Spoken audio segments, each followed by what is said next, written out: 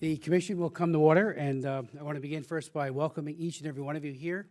Senator Tom Cotton, who is a member of the Commission, a former member of the House, now serving with great distinction over on the Senate side, and of course Commissioner Pittenger, who is also a totally dedicated human rights advocate, and I want to thank him for his leadership on all issues related to China, but also religious freedom around the world. Give a very brief opening statement, then yield to my distinguished colleagues for any comments they might have. On July 10th, police came for lawyer Wang Yu. Her arrest was the first in what became a massive crackdown on China's human rights defenders. Wang Yu was one of China's brightest and bravest lawyers. She chose to represent clients in sensitive cases, such as Uyghur professor Ilham Tohti and Falun Gong practitioners. Police later swept up her husband and others who worked at their Beijing law firm. What originally looked like a targeted attack on one law firm quickly became a coordinated hunt for human rights lawyers and legal staff across 19 Chinese provinces. Over the next few weeks, over 300 were detained. Of that number, around 27 remain incarcerated, and 10 face charges of committing national security crimes. Li Hongping and Zhang Kai, two lawyers well known to this Congress and other parliamentarians around the world, were disappeared in this crackdown. They remain missing and reported denied access to family or legal counsel. Zhang Kai was arrested the night before a planned meeting with U.S. Ambassador at Large, Rabbi David Saperstein. These detentions were lawless, they were brutal, and shocking. Sadly, they are not without precedent in China. President Xi comes to the United States next week at a time when his government is staging an extraordinary assault on the rule of law, human rights, and civil society. Under Xi's leadership, the Chinese government has pushed through new laws and draft legislation that will legitimize political, religious, and ethnic repression, further curtail civil liberties, and expand censorship on the internet. China also continues its coercive population control policies. The one-child per couple policy will mark its 35th anniversary next week. That's 35 years of telling couples that their family, what they must look like, 35 years of forced and coercive abortions and sterilizations, 35 years of children viewed by the state as excess baggage from the day that they were convicted, 35 years where brothers and sisters are illegal.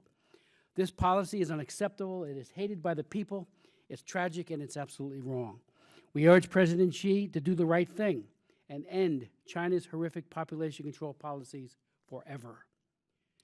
The NGO Chinese Human Rights Defenders says President Xi has, quote, overseen one of the most repressive periods in the post-Mao Zedong era. The CECC, whose annual report will be officially released in 3 weeks, will conclude that the Chinese government's efforts to, quote, silent dissent, suppress human rights advocacy, and control civil society are broader in scope than any other period documented since the Commission started issuing its annual reports beginning in 2002. China is in a race to the bottom with North Korea for the title of world's worst violators of human rights. The hope that President Xi would be different, a different type of leader, has been completely destroyed. Nonetheless, despite the torture and arrest, despite the harassment and censorship, the black jails and failed promises, the continued growth of trafficking, particularly sex trafficking, rights advocates, civil society activists, and religious believers continue to grow in prestige and social influence in China. Persecution has not silenced them, at least not at this moment. It has not dimmed their hope for a different kind of China dream that embraces human rights, freedom, and democracy. U.S. policy must be geared to protect China's rights defenders and religious communities and its women, especially against coercive population control, and nurture China's civil society and work and those committed to the rule of law and fundamental freedoms. The U.S. cannot be morally neutral in this regard. We cannot be silent in the face of the Chinese government's repression. We must show leadership and resolve, because only the United States has the power and prestige to stand up to China's intransience. U.S.-China relations would be stronger and more stable if people like Wang Yu or Li Hongping and Zhang Kai were in positions of leadership in the Chinese government. Washington is preparing to roll out the red carpet, as we all know, next week for President Xi and his delegation. Toasts will be made, statements will be exchanged, a lot of happy faces. And again, it's important that the issues of human rights and democracy and the rule of law be raised in a profound and public way by the President and all with whom President Xi meets with. If Obama fails to raise human rights prominently, as he has failed to do in the past, it is a diplomatic win for Xi Jinping. If economic and security interests grab all the headlines, China's freedom advocates will despair. If there is no price to be paid for China's increased lawlessness and repression, it is a loss for everyone who is committed to freedom and rights. We can no longer afford to separate human rights from our other interests in China. That has gone on far too long. Human rights can't be considered a separate track with discussions and negotiations in one room, totally disconnected from U.S. foreign policy. It needs to be integrated at all levels. Surprisingly, former Secretary of Treasury Henry Paulson agrees with this assessment. Mr. Paulson is not known as a passionate defender of human rights, but in his latest book dealing with China, he said that the U.S. must not shy away from shining a light on human rights problems because nothing good happens in the dark, close quote. He says the U.S. must push for greater transparency, the free flow of information, and better adherence to universal standards in China, not only because they represent universal values, but because they are critical parts of U.S. economic interests. It is increasingly clear that there is a direct link between China's domestic human rights problems and security and prosperity of the United States. The health of our economy and environment, the safety of our food and drug supplies, the security of our investments and personal information in cyberspace, and the stability of the Pacific region will depend on China complying with international law, allowing the free flow of news and information, complying with its WTO obligations, and protecting the basic rights of its citizens. President Obama must shine a bright light on China's human rights abuses. He must raise issues about the South China Sea and what is happening with regards to the Chinese military expansionist ambitions. And he must use all his diplomatic tools, including sanctions if necessary, to demonstrate our resolve on these important issues. I'd like to yield to my good friend and colleague, Commissioner, also Senator Cotton. Thank you very much, Chairman Smith. Thank you for your years of leadership on this and so many other critical human rights issues. I want to thank the witnesses today, not only for taking the time to testify, but for the work you do to shine a light on the dire human rights situation in China.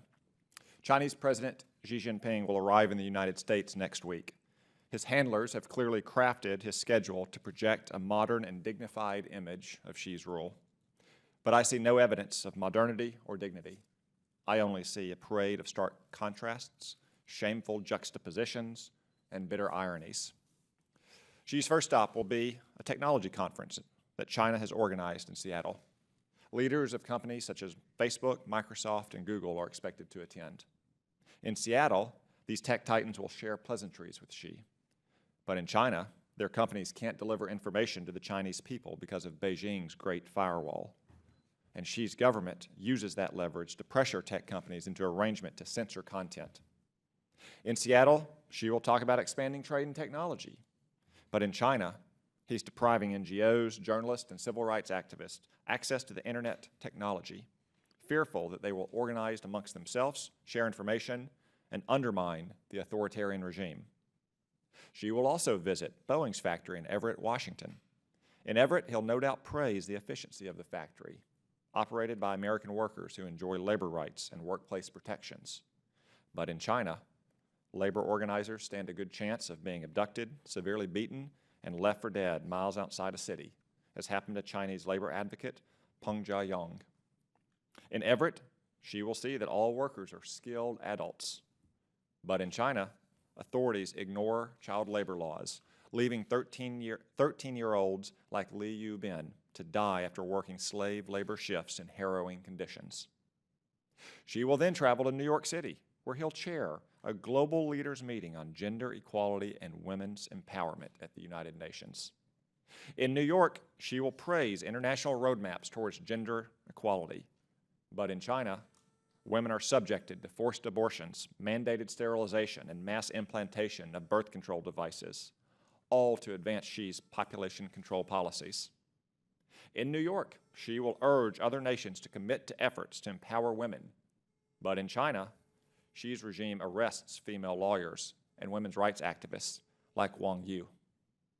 In New York, Xi will purport to stand in judgment over other nations on women's rights. But in China, prison guards raped and abused Li Ri. She was being held in an extra-legal detention center for dissidents, or what is referred to as a black jail. Unfortunately, her story is not unique. The grand majority of detainees in so-called black jails are women, and they're at constant risk of rape and abuse by the regime's thugs. The highlight of Xi's trip, of course, will be Washington, D.C., a meeting and state dinner with President Obama. Xi and President Obama will hold a press conference where Xi will see a number of journalists representing a free press corps. But in China, his regime arrests journalists who publish inconvenient information. After a stay in jail, the government parades the reporters before cameras to confess their supposed crimes. Xi and the president will have a private meeting, perhaps over tea. But in China, being invited for tea has a very different meaning. It's code among civil society activists for being summoned by state security services to be interrogated, intimidated, and put on notice that the government is watching you. During the state dinner, Xi will enjoy the sweetest of meats and the finest of wines in stately environs of the White House. But in China, Xiao Qiang, a human rights lawyer, was imprisoned in a dark cell for years and allowed only a slice of bread and a piece of cabbage each day. He was also tortured with cigarette butts, electrified wires, and toothpicks rammed into his genitals.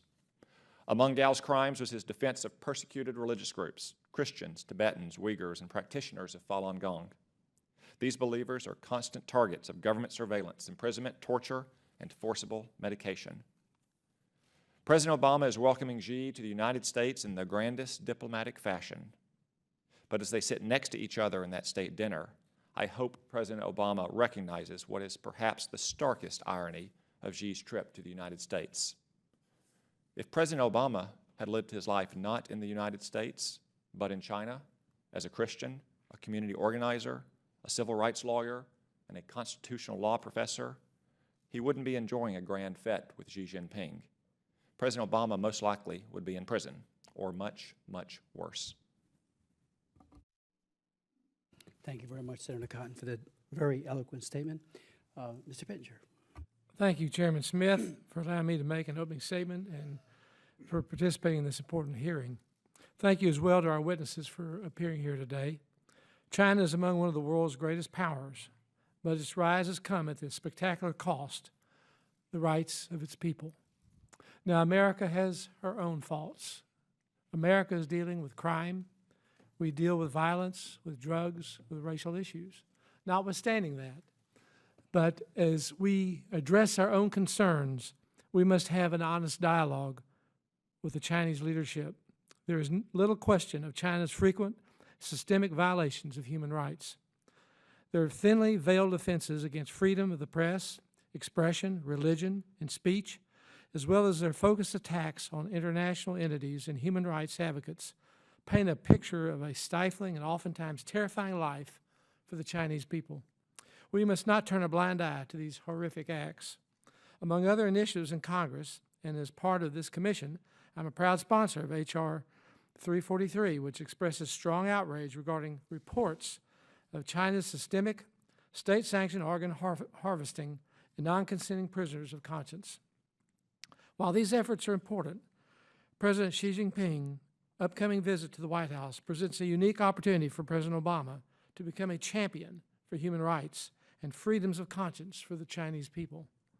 It is imperative that President Obama use every available opportunity to discuss these issues with President Xi Jinping.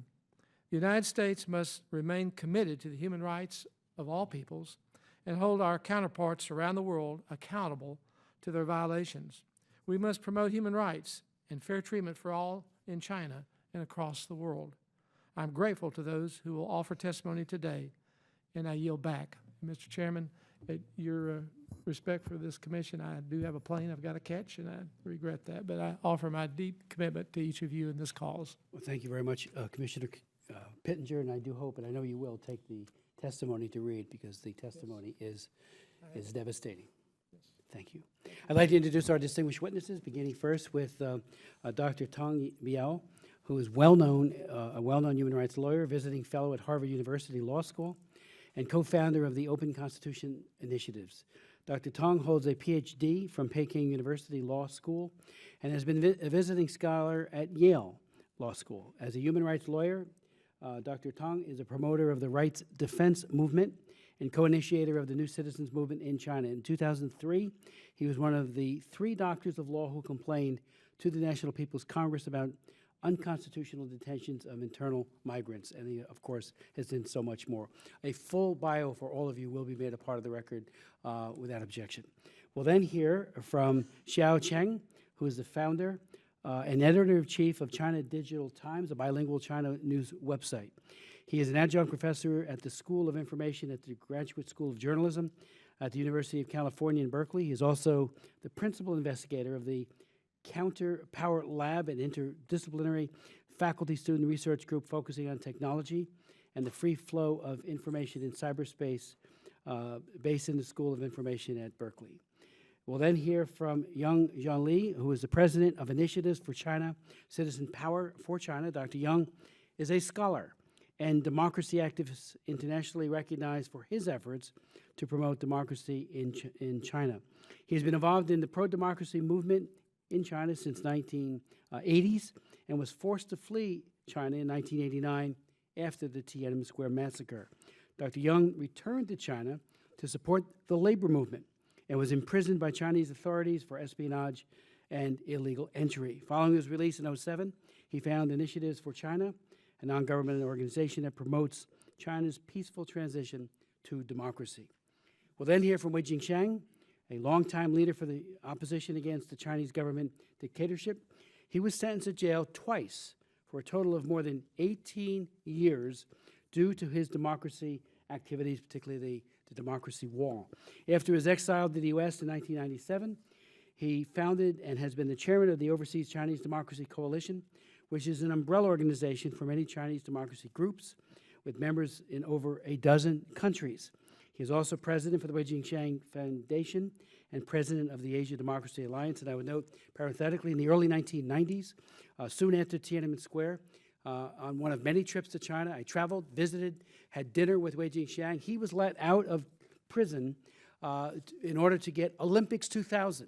He was that high of a political prisoner asset to the Chinese government. They thought if they let out one Wei Jingsheng, they were more likely to get Olympics 2000. They didn't get it, and they rearrested him. But we had dinner, and he went back to not only being jailed but also being very harshly treated, including multiple beatings.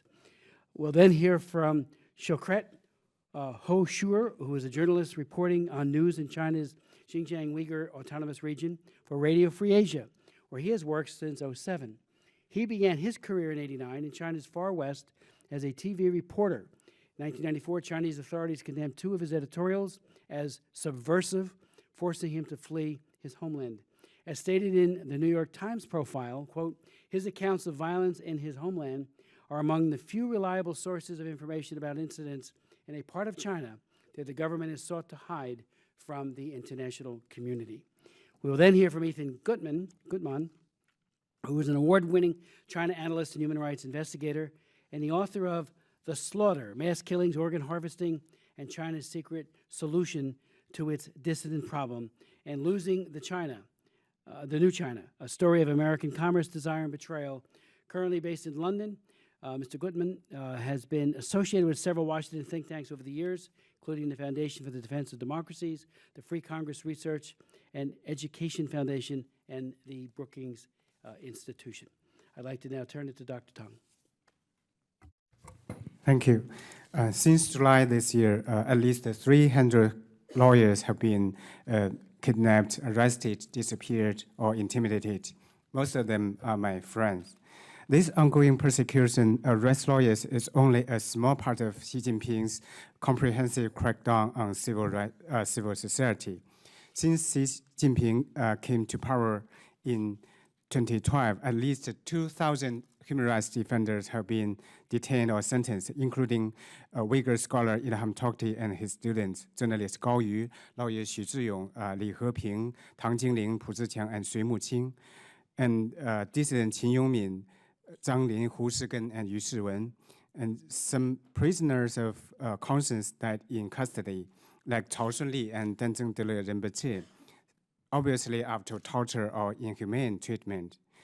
In Zhejiang and other provinces, government destroyed thousands of church buildings, arrested pastors and Christians, demolished the crosses. Falun Gong practitioners were detained or sent to legal education center, kind of actual legal detentions. Many of them have been tortured to death. Other small religious groups are persecuted after the government listed them as evil cults. Many NGOs have been shut down, like Gongmeng.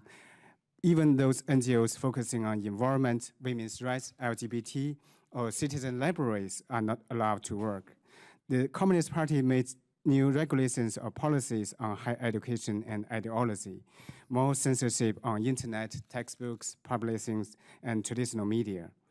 The Communist Party authorities, with their excessive violence, have created hostility, division, and despair in Xinjiang and Tibet. In Xinjiang, many protests were labeled as terrorist attacks. Thus, many Uyghur people were shot dead without any necessity or legal basis. In Tibet, the number of self-immolation has been 147. 79 self-immolations happened since November of 2012, since Xi came into office. Some family members of the self-immolators were even detained or sentenced. While Xi Jinping is purging the rights activists, Xi Jinping is somebody living in 1960s. He never accepts the idea of liberal democracy or constitutionalism or human rights.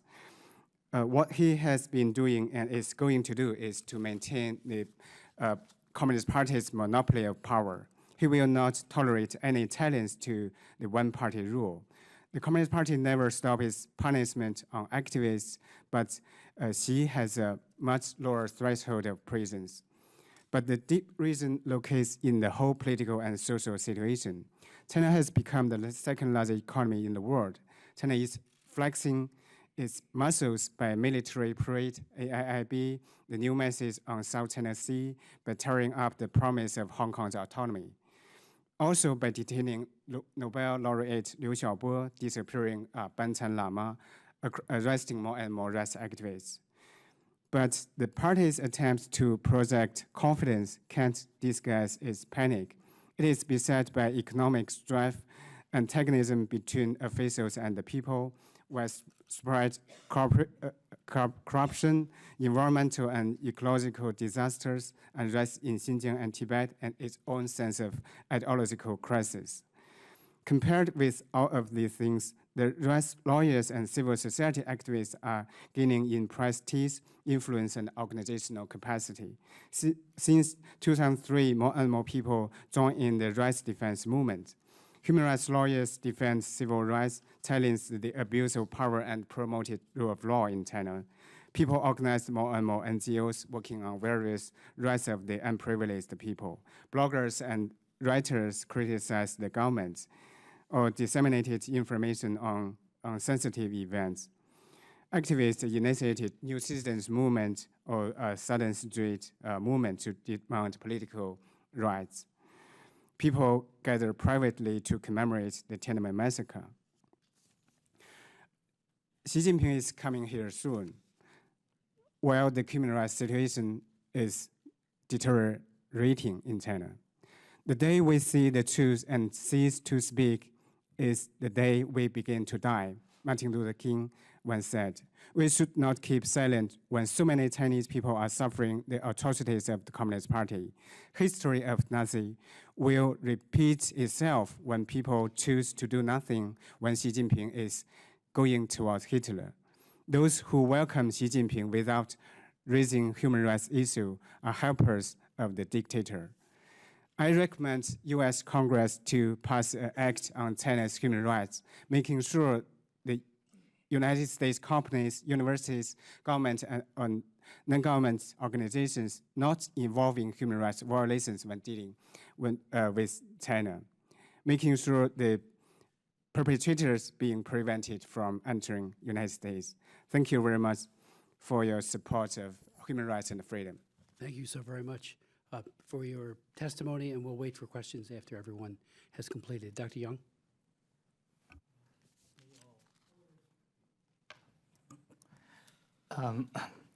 Thank you, Mr. Chairman. I really grateful for Congressman that for so many years you have been upholding human rights in this position, and you're the great friend of Chinese people. My own work is on China's state censorship, particularly on the internet censorship, suppression of the media, and freedom of expression in general. Today, I want to point out two examples. One is about domestic censorship.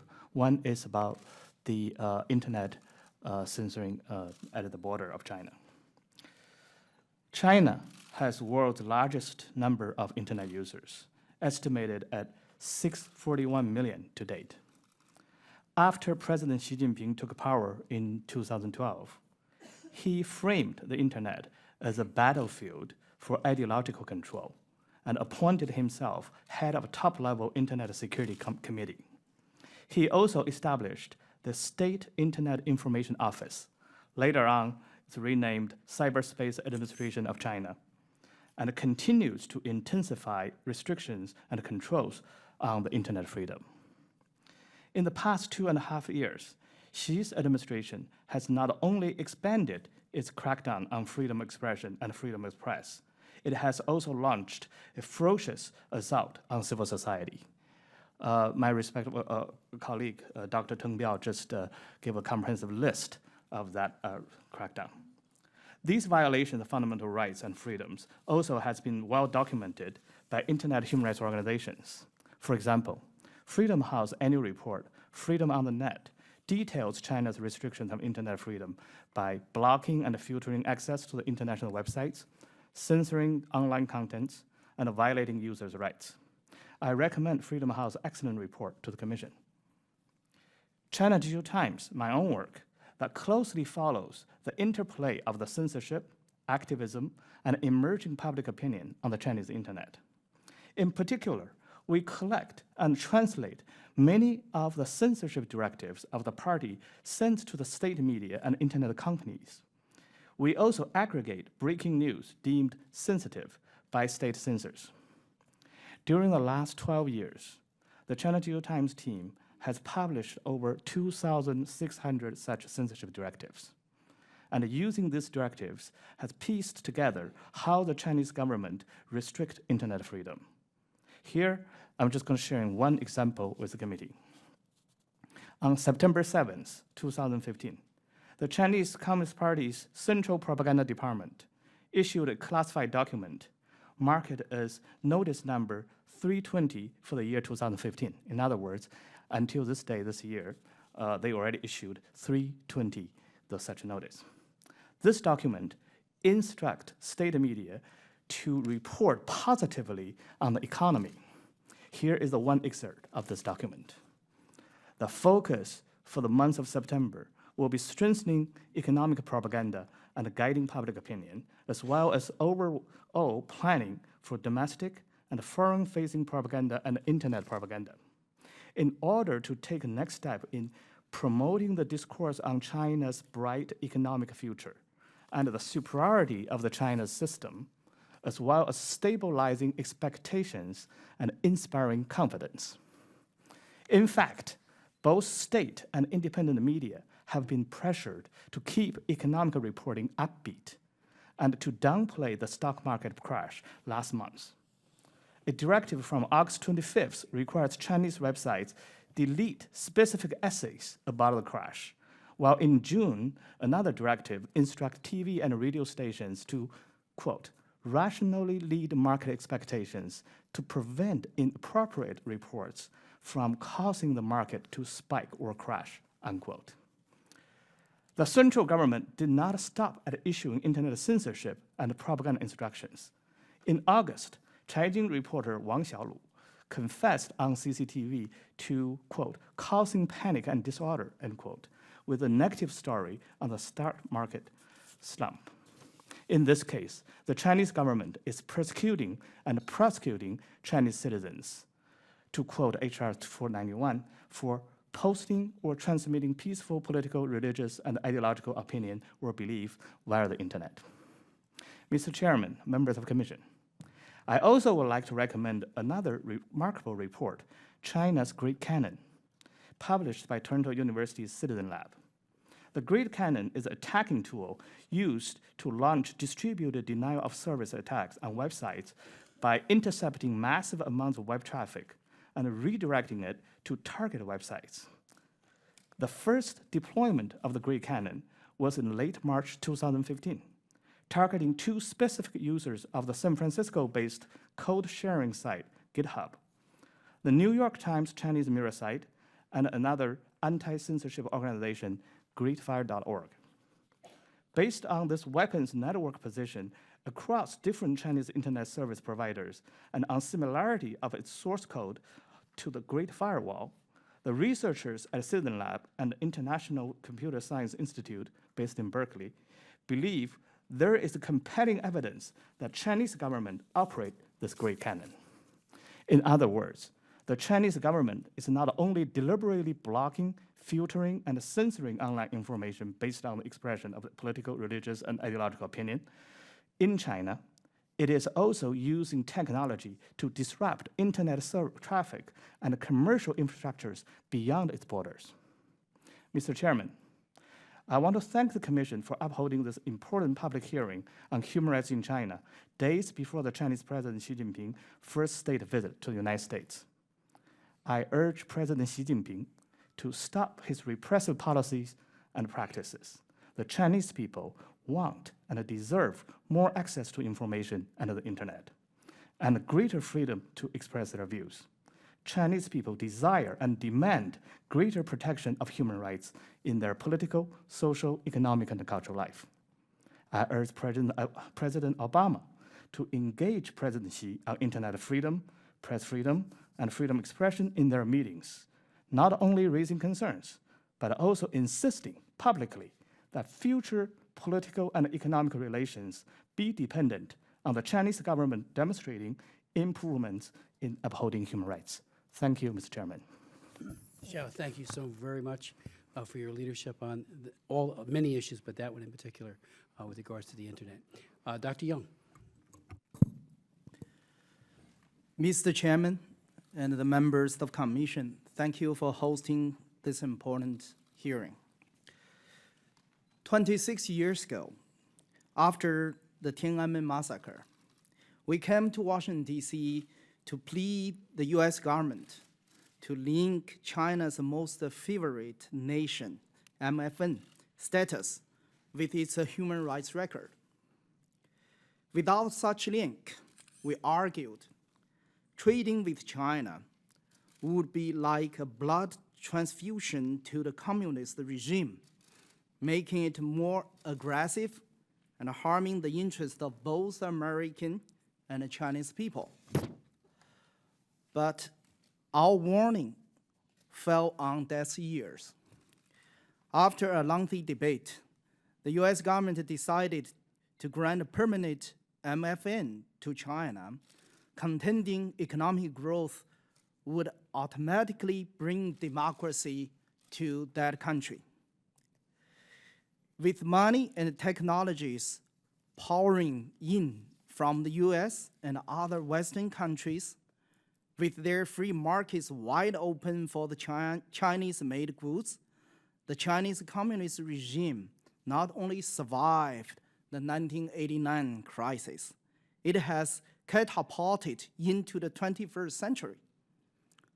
The country's explosive economic growth has brought it from near the bottom of the world in GDP per capita to become the #2 economy in the world. But democracy remains yet a far-fetched dream. Worse, today, Xi Jinping regime, as you have already heard from 2 of my colleagues, and we'll hear from other fellow panelists, has launched numerous assaults against China's civil society on a scale and with a ferocity unseen in the past 2 decades, making Xi Jinping himself China's worst leader in 20 years in terms of human rights record. China uses its economic power gained with the help of the West to build a formidable, fully modernized military that has reached every corner of the earth. With this unprecedented power, China is now forcefully demanding a rewrite of international norms and rules. China wants to create a new international order with its dominance in the Asian-Pacific region as a centerpiece, threatening regional and world peace. What went wrong with the American engagement policy? In my view, the failure lies primarily in the lacking of moral and strategic clarity in its design and implementation. The origin of the error can trace back to the early 1970s when then Secretary of State Henry Kissinger claiming that by integrating Beijing into the international community economically and politically, China would behave responsibly, abiding by international norms and rules. This immoral, geopolitical, and short-term pragmatic strategy fails to see the evil nature and hegemonic ambition of the communist regime, as reiterated recently in Xi Jinping's China dream of a great red empire to replace the Western civilization with the so-called China model. Washington policymakers also failed to understand that economic growth may be a necessary condition, but not a sufficient one for cultivating democracy. Consequently, this policy has fundamentally undermined America's national interest and security. The alternative is to engage China with a moral and a strategic compass. China under the CCP's rule cannot rise peacefully, and its transition to a democratic country that respects human rights, the rule of law, freedom of speech and religion is in everyone's best interest, including China's own. China's totalitarian regime has hijacked 1.3 billion Chinese people, imposing a political system on them by force and coercion, running the country like a slave owner of the past, obliterating their self-governance and controlling their life without their consent and denying universal values to justify its dictatorship. To support this regime is both morally corrupt as well and strategically stupid. Like Frankenstein's monster, China is now seeking revenge against its creator, the West. It will destabilize and endanger the world. For the China model, better called the Chinese disease, like the Black Plague, has spread and infected the international community. But most people in the world are not aware of it, and many even being fooled to believe it is the future. Now, it is time for the US to begin the era of engage China with moral and strategic clarity. To start, the Congress should pass a China Democracy Act. It would be a binding legislation flatly stating congressional judgment that enhancing human rights and democratic values in China is decidedly in America's national interest. That would preclude the currently widespread but inaccurate claim that Congress must balance, on one hand, its claim to support universal value of human rights, and on the other hand, America's national interest. The bill also would require a report from the President to Congress every year on how any government program, policy, or action during the prior 12 months has strengthened or weakened human rights and democratic values in China. All federal departments of government, every single one, should have to report on what they are doing to bring democracy in China by advancing human rights and the rule of the law there. The act also put them on notice to take no action, adopt no policy, and implement no program that would undercut the democracy movement or weaken human rights in China. Such a China Democracy Act would give us a better idea what success we have had so far, what cost them, and how we should increase the financial resources and deploy them to promote democracy and human rights. If America expressly commits to strengthening those ideals and visibly implements that commitment, it will enable the people of China, and indeed of the rest of the world, to see that the words of Americans' proud promises to support liberty everywhere are fully matched by its deeds. Thank you. Dr. Young, thank you so very much. And without objection, your full statement, which is very extensive, will be made a part of the record, as well as all of our witnesses. I'd like to now welcome Wei Jingsheng. 谢谢主席先生。 Thank you, Chairman. 在习近平执政后，过去就存在着许多非法的政府行为被更广泛的使用，并且逐渐成为常态。我只提出其中的一项，就是以监视居住名义进行的非法拘禁。 After Xi Jinping took over power, much illegal government behavior that existed in the past is even more widely used now and is becoming a norm. I'm only going to talk about one example, that is the illegal detention in the name of residential surveillance.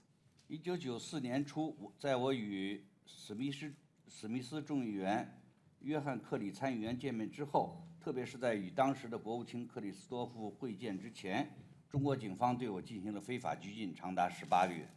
In early 1994, after I met with Representative Chris Smith and then Senator John Kerry, and before my meeting with then Secretary of State Warren Christopher, the Chinese police illegally detained me for as long as 18 months.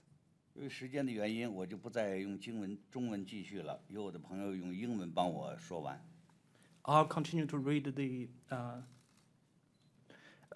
According to China's criminal procedure law, subpoenas can't exceed 3 times in a row. After I was detained for 3 days, I asked them either come up with a legitimate arrest certificate or release me.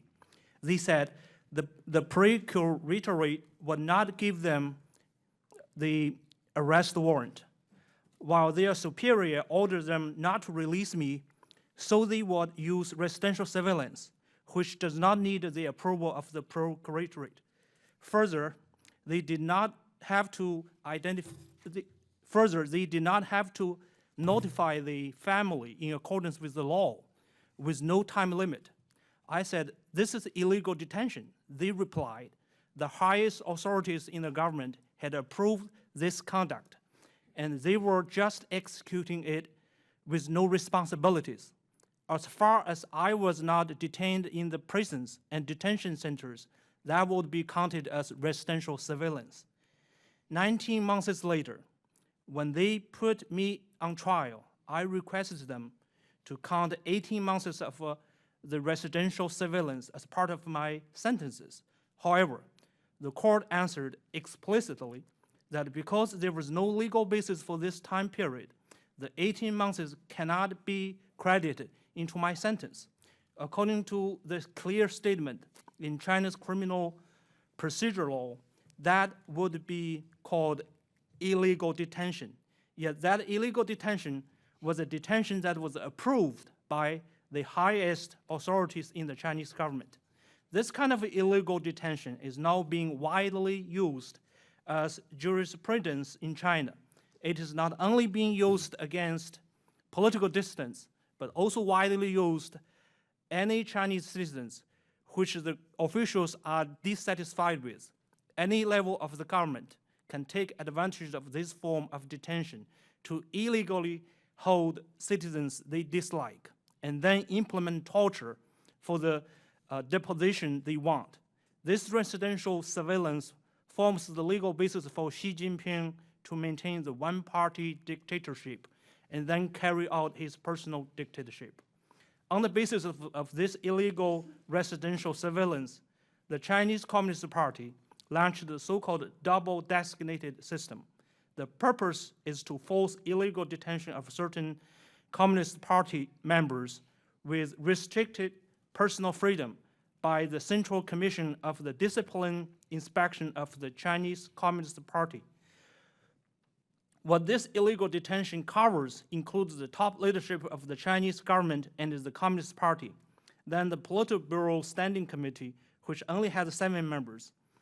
That is to say, except for Xi Jinping, all people have the possibility to be illegally detained, including American citizens in China. This is a downright personal dictatorship. I suggest that when President Obama meets with Chairman Xi Jinping, he should make restoring the rule of law, abiding by the law, abolishing all forms of illegal detention and torture one of the main themes of their negotiations, rather than perfunctory generalities of human rights.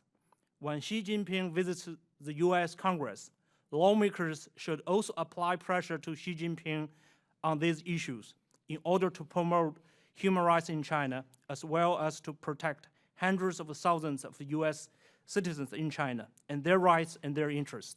Thank you. Thank you so very much, Mr. Wei.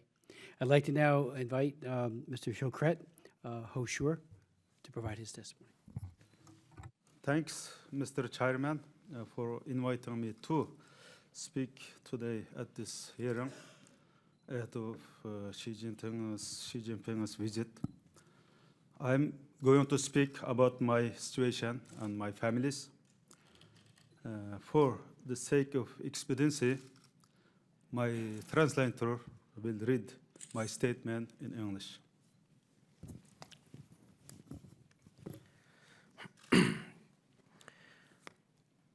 I came to the United States in 1999, almost 5 years after leaving my homeland in China's far western Uyghur region in 1994.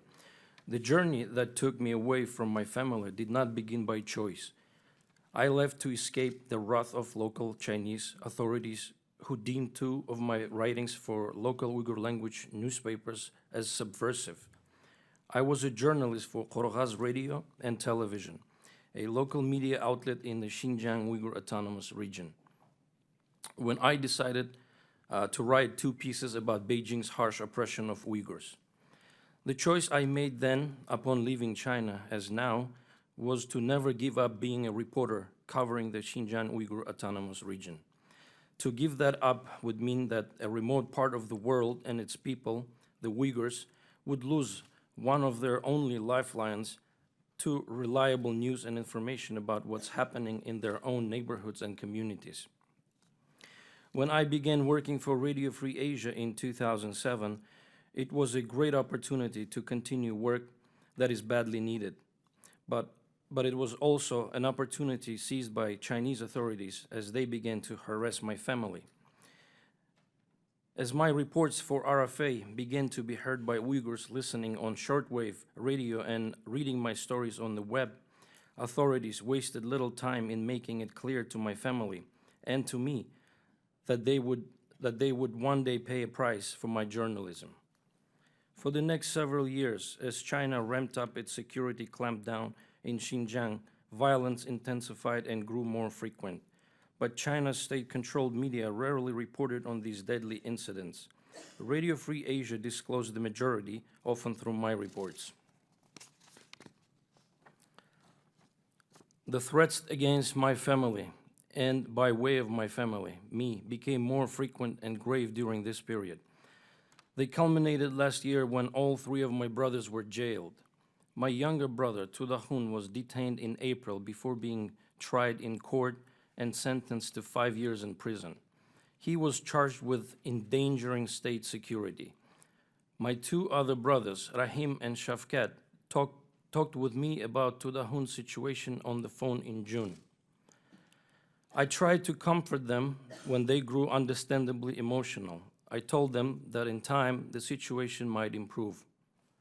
The next month in July, a Chinese daily newspaper, the Global Times, ran a story attacking Radio Free Asia for its coverage of violence in Xinjiang. Though I wasn't named, the article cited my June phone call with my brothers, which had been intercepted by state surveillance. In August 2014, local authorities also detained Rahim and Shafkat. Their families have not seen them since. They were later charged with leaking state secrets, I believe largely in connection with that phone call with me in June. They were also charged with endangering state security. When it became clear that the authorities were not going to release them, I reached out with the help of RFA to the Committee to Protect Journalists, which issued a press release about my brother's situation in January 2015. The case received wide attention and in global media and interest here from the US government. Their families and my sister were informed of their cases being reopened by authorities. Hopeful news in China, where a prosecutorial office almost never calls for the reopening of a case submitted by police.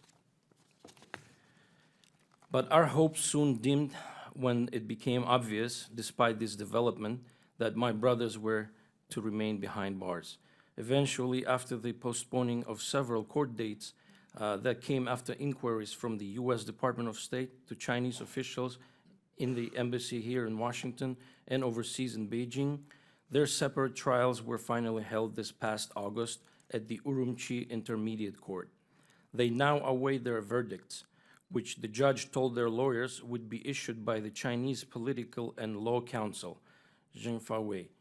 These could come in 2 months, putting them after President Xi Jinping's state visit to Washington. Today, I am here to ask for officials in the U.S. government,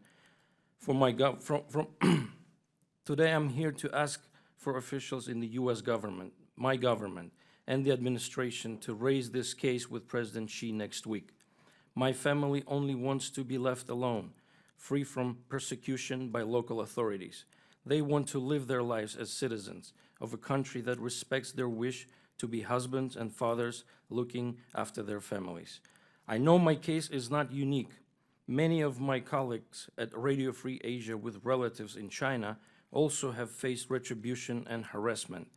But I hope my testimony today helps to ensure that the United States will continue to stand up for people like me who came to this country in hope of having the freedom and rights we didn't have in our homelands. Thank you. Thank you very, very much. We'll now go to Mr. Gutmann. Thank you for inviting me to participate in this profoundly important hearing. In order to piece together the story of how mass organ harvesting of prisoners of conscience evolved in China, I spoke with medical professionals, Chinese law enforcement, and over 100 refugees. My interviews began in 2006, and my book, The Slaughter, was published last year. Now, I was not the first to examine this issue in depth. That distinction belongs to David Kilgore and David Matus, the authors of the seminal Bloody Harvest Report of 2006. Nor will I be the last. The World Organization to Investigate the Persecution of Falun Gong, a group of Chinese investigators scattered throughout the world, have just completed their own study. Now, based on our collective evidence, here is a brief timeline of what we know. In 1994, the first live organ harvests of death row prisoners were performed on the execution grounds of Xinjiang in northwest China. In 1997, following the Gulja massacre, the first political prisoners, Uyghur activists, were harvested on behalf of high-ranking Chinese Communist Party cadres. In 1999, Chinese state security launched its largest action of scale since the Cultural Revolution, the eradication of Falun Gong. In 2000, hospitals across China began ramping up their facilities for what would become an unprecedented explosion in China's transplant activity. And by the end of that year, well over 1 million Falun Gong practitioners were incarcerated in labor camps, detention centers, psychiatric facilities, and black jails. By 2001, Chinese military hospitals were unambiguously targeting select Falun Gong prisoners for organ harvesting. By 2003, the first Tibetans were being targeted as well. And by the end of 2005, China's transplant apparatus had increased so dramatically that a tissue-matched organ could be located within 2 weeks for any foreign organ tourist with cash on hand. While the execution of death row prisoners, hardened criminals, supplied some of the organs, the majority were extracted from Falun Gong practitioners. And this was a fact that wasn't even being kept all that secret from the prisoner population visiting foreign surgeons or potential customers. Now, Kilgore and Modis estimate 41,500 transplants were sourced from Falun Gong between 2000 to 2005. I estimate 65,000 Falun Gong practitioners were murdered for their organs from 2000 to 2008. The World Organization to Investigate the Persecution of Falun Gong believes the numbers are more likely in the hundreds of thousands. In early 2006, the Epoch Times revealed the first allegations of the organ harvesting of Falun Gong and was followed by the Kilgore-Modis report. By 2008, many analysts, and I was among them, assumed that the Chinese state would stop harvesting prisoners of conscience for fear of international condemnation during the Beijing Olympics. Yet the physical examination of Falun Gong prisoners for their retail organs actually showed a slight uptick. In 2012, Wang Lijun, Bo Xilai's right-hand man, attempted to defect at the U.S. consulate in Chengdu. 2 weeks later, the World Organization to Investigate the Persecution of Falun Gong revealed that Wang had personally received a prestigious award for overseeing thousands of organ extractions and transplants. Fatally exposed, Chinese medical authorities declared to the Western press that they would cease organ harvesting of death row prisoners over the next 5 years. Yet no mention was made of prisoners of conscience, and third-party verification was rejected. It is during this period, from 2012 to the present day, even as the Chinese medical authorities spoke publicly of shortages due to relying on voluntary organ donation, that a very strange anomaly occurs. While China's hospitals have maintained strict internet silence on their transplant activity since 2006, the hiring of transplant teams at many of the most notorious hospitals for harvesting prisoners of conscience is actually on the increase. In a handful of hospitals, for example, Beijing 309 Military Hospital, it's practically exponential. Now, witness accounts shed some light on this mystery. One spoke to me about 500 Falun Gong prisoners having been examined for their organs in a single day. That is the largest cattle call that I know of. A Western doctor was recently assured by a Chinese military hospital surgeon that prisoners are still being slaughtered for their organs. And Falun Gong practitioners across China's provinces have described police forcibly administering blood tests and DNA cheek swabs, not in prison, not in a detention center, but in their homes. Now, I can't supply a death count for house Christians, Uyghurs, and Tibetans. But if I had to make an estimate on Falun Gong, I would double my previous numbers. I'm sure the World Organization to Investigate the Persecution of Falun Gong would go much further. Either way, 2 points are clear. The official number of Chinese transplants per year, 10,000, is a fiction. The real number is likely 3 times that. And the serial public declarations by the Chinese medical establishment of a new ethical environment for transplantation is simply a privacy shield to murder prisoners of conscience. What can we do? We are not the moral arbitrators of this tragedy, but neither is the World Health Organization or the Transplantation Society. The moral authority belongs to families across China who have lost loved ones. Until we can hear their voices, we need, at a minimum, to follow our convictions. Now, I am not a lawyer, but in my layman's understanding, medical privacy ends when there's a gunshot involved. Why then do we adhere to strict medical privacy when there's an organ sourced in China? Why can't we even make a proper estimate of how many Americans receive transplants in China? Why do we have to make guesses based on a humorous, feel-good account like Larry's kidney? This is an obscenity. For an American to go to China for an organ in 2015 is to participate in an ongoing crime against humanity. So I ask you to remove our privacy shield. And until the Chinese state offers the full and comprehensive accounting that the world demands, I ask you to follow the example of two very small but brave countries, Israel and now just recently Taiwan, and ban organ tourism to China. Thank you. Thank you very much. I'd like to now yield to Commissioner Cotton for any questions he might have. Thank you all for your very powerful testimony. I'd like to start by exploring the trajectory of state-sponsored human rights abuses under Xi Jinping. In my office's conversations with Freedom House, they've indicated that under Xi, China's repression has worsened across 13 of 17 categories. It sounds as if many, if not all of you, would agree. Some of you have said it's as bad as it's been in 20 to 26 years. I'd like to ask why. Why do you think China's human rights record has deteriorated so badly under Xi's regime? And we could just start with Dr. Ting and maybe move down the panel. Yeah, briefly, 2 points. First, Xi Jinping is different from other party leaders. He never accepted the Western ideas of human rights or democracy, and he's a princeling, and he wants to keep the one-party rule. Second, what Xi and the Communist Party is facing is the comprehensive crisis, the political crisis within the party, the social crisis, the conflicts between the people and the local governments, and the environmental crisis, and the growing civil society.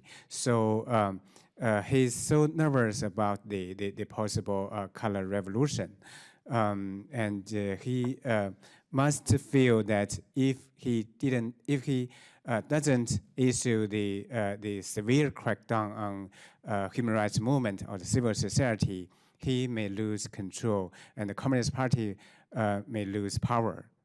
Thank you. Mr. Wei.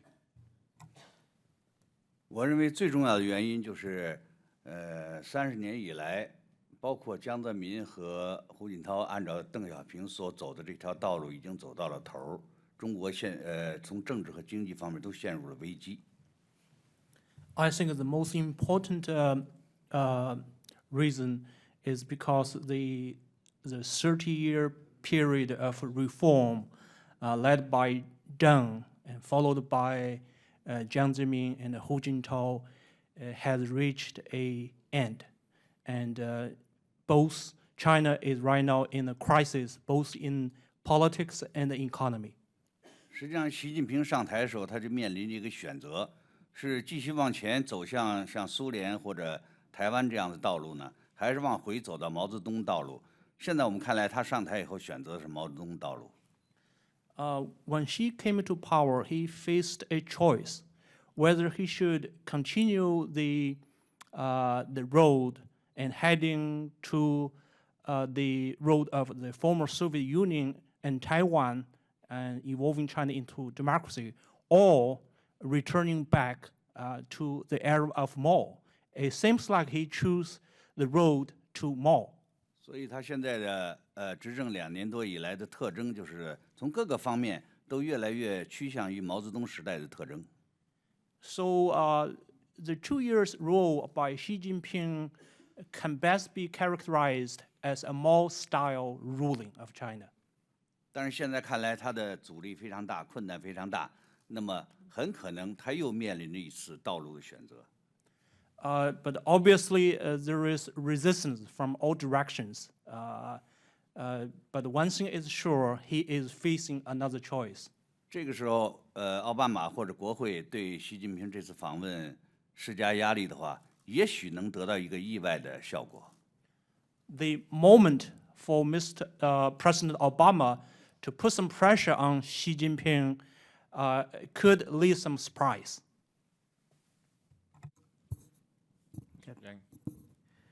We all know Xi Jinping is a second generation of the revolutionary, communist revolutionaries. And he came into power with a very strong sense, much stronger sense than his predecessors, that he must do everything possible to keep the Red Empire. Because he came in power amid atmosphere in which everybody thought he would be the last one, last emperor. So he tried to do everything against the wave. And two things can topple the regime. One, corruption, which is an internal thing. The other is democratization. So once he came into power, he actually done two things inside China. One, anti-corruption, but it's a selective. Mainly is for consolidating his power, cleansing his power competitor in the power struggle. And as he is doing this, he's really, really worried that people will join in, because people have a great hatred against those corrupt officials. And of course, he understands open up freedom of speech, of press, and let people to join in would be the best way to curb corruption in the power. But he would not do it, because he is very careful not to let the people's power grow, which can also topple the regime. So another reason, I think, ever since Xi Jinping became the ruler of China, the human rights record has been deteriorating. Is the Western democracies. We have to find some wrong policies toward China. Ever since Obama became a president, he stopped the old practice of each his predecessors had done ever since Tiananmen massacre. That is, raise the list of prisoners in whatever meeting with China's leaders, and press China to release these prisoners. I just give you one example. He stopped this practice. That gives China a very, very clear signal that he would not care so much as others about human rights situation in China. And on her first trip to China, as a Secretary of State, Hillary Clinton said clearly, publicly, openly, that human rights issue cannot interfere other issues. U.S. will have cooperation with China. So this message have been a wrong message. The Chinese leaders now understand better than it used to in the 90s how the games is being played in this country. If you don't match your word with your deeds, they know how to play with you. So you are sincere. So they can do whatever they do. I think largely the China's human rights record is so bad. It's largely because of appeasement policy from Western countries like United States. Thank you. Thank you. I'd like to follow up that question with one other question. Mr. Wei alluded to this, is the growing economic crisis in China, particularly over the last 3 months as the Chinese government has made extraordinary efforts to intervene in their marketplaces to apparent failure time and time again. Unlike our country, where an economic crisis may turn a person or a party out of office, in China, given their self-proclaimed ability to manage the economy, this could lead to a political crisis that questions the legitimacy of the entire regime. I'd like to hear your perspectives on what this economic and perhaps political crisis could mean for the coming future of the human rights condition in China.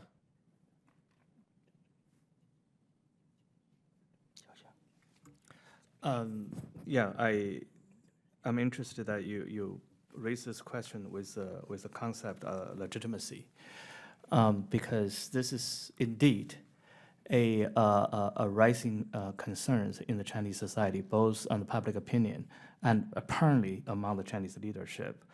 That I quote recent, it's the first time Xi Jinping's right-hand man, Wang Qishan, also standing committee member, in the public speech, first time for the Chinese Communist leaders, mentioned the word legitimacy. He's self-volunteered answering the question, the legitimacy of the Chinese Communist Party rule in China, and he simply said, because in his historical choice of the people. That obviously didn't answer the question, because as the internet public opinion emerges, many netizens simply say, well, even we have chosen you, but that was 60 years ago. Have we given any other chances to choose again? Other countries choose every 4 years, maybe, and we never had another chance. This legitimacy question is relating to the bankruptcy of the ideological control of the Communist Party. And that can be watched clearly on the internet. There's more and more, despite all the censorship and the propaganda, there's more and more people aware that the fundamental questions of who the government represents, of what the taxpayers' rights are, and what's the rule of law and independent judicial system and freedom of expression.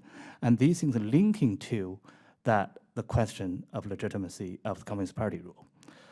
So when the ideological control is weakened, and then there's an economic downturn will slow down.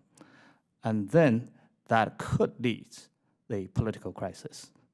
But I want to add one more thing, which how the party will address this question of legitimacy if the economic growth is not strong enough to support it. The answer is simple, but it could be terrifying, which is extreme nationalism. And the history has been told us that it's not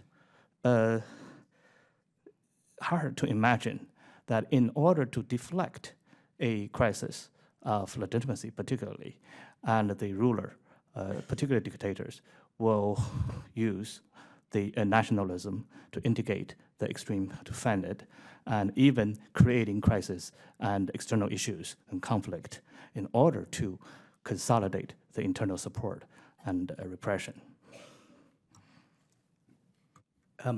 I just follow up Xiao Qiang's comment. I'm sorry, Mr. Wei. I agree with him. So it's China, CCP's rule in China has had two sources of legitimacy. One, fast economic growth, which has now in question. The other one is nationalism. When China's economy now is taking downturn road, so the regime ultimately will choose to mobilize more the nationalism sentiment among the ordinary people. So this is the time they need external enemy most. In other words, it's a critical moment for US to come up with the right foreign policy toward China. It's a critical moment.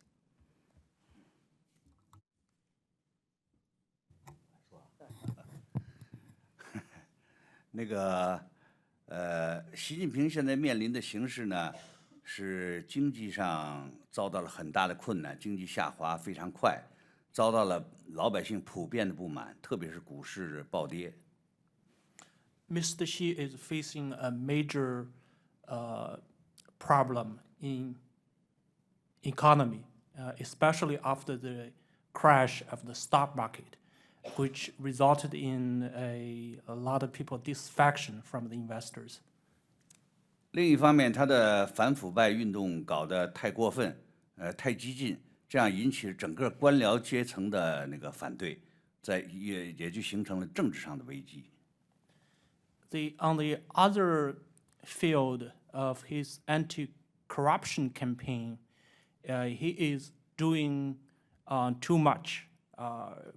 his personal initiative is creating a lot of backlashes from high-ranking officials. 那么现在就存在两种可能，一种可能他继续往下走，按照现在的强硬路线走下去，那么很快就会崩溃。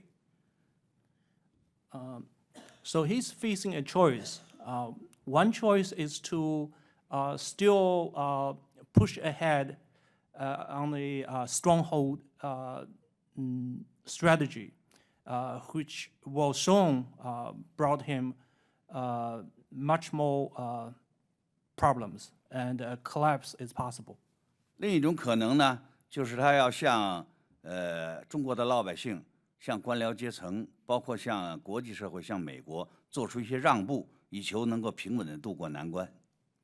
The other possibility for him to choose is to yield to the people, to the bureaucracy, and to foreign powers, so that he can